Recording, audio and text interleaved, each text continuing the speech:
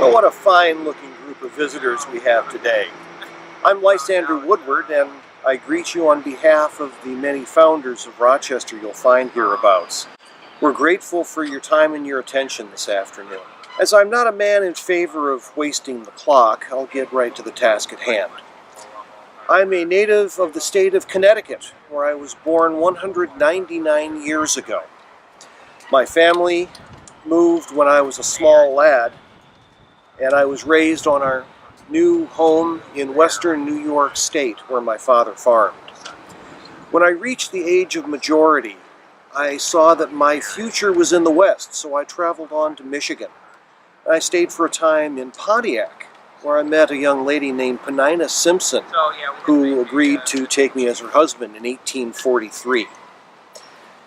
I heard of an opportunity to buy some farmland in Avon Township, so I took it up and built a house for our family, which soon grew to include 3 daughters and 2 sons. I based my farming operation on scientific principles and was blessed with many splendid crops, which allowed me to add more acreage over time. And although the farm is long since gone, you can still see the house that we had on North Main Street, where I put it up so many years ago. Well, the good book says in the Gospel of Luke that to whomever much is given, of him much will be required. Well, and because I was one of the most prosperous citizens of Rochester, I felt it was my duty to see to the township's well-being. So I served a term as Justice of the Peace and as township supervisor. I even took a turn in the state legislature.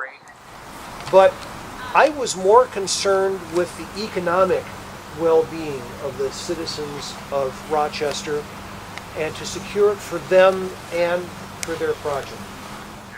This I knew would never come to pass unless the town was connected to the outside world by rail. So I took it upon myself to lobby for a railroad line to come through Rochester. So it was necessary to organize a new venture.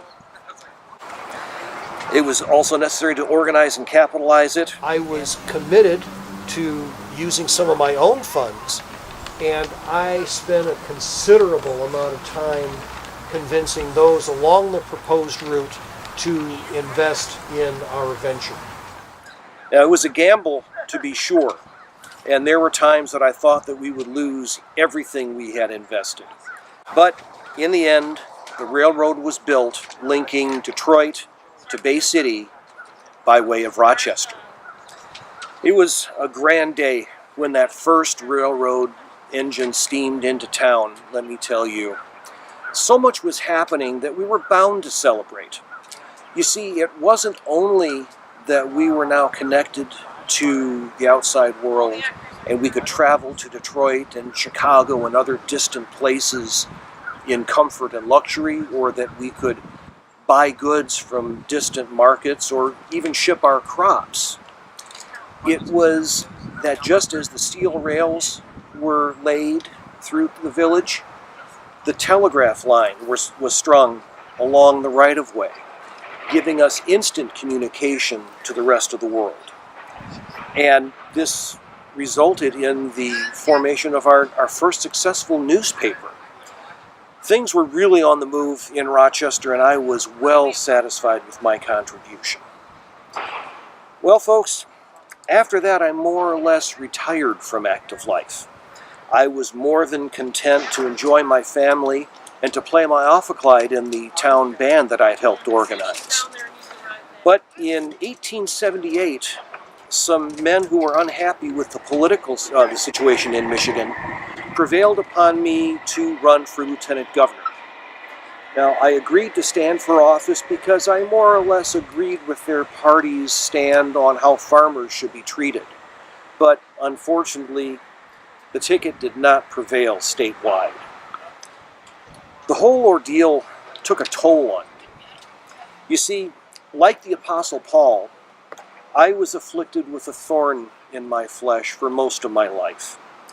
I suffered with asthma, and for many years, and following the disastrous election, I went south for a time to rest my lungs.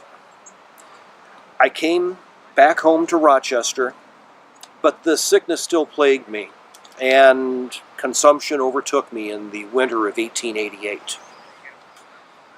Now, I do not say this to boast, but a large contingent of Rochester citizens formed the cortege that followed my mortal remains here to Mount Avon.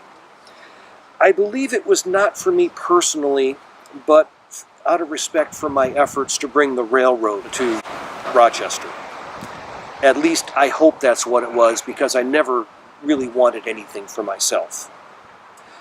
I do hope that you have enjoyed my story, and I invite you to travel down the way to visit Mr. Griggs, who's waiting for you just over there.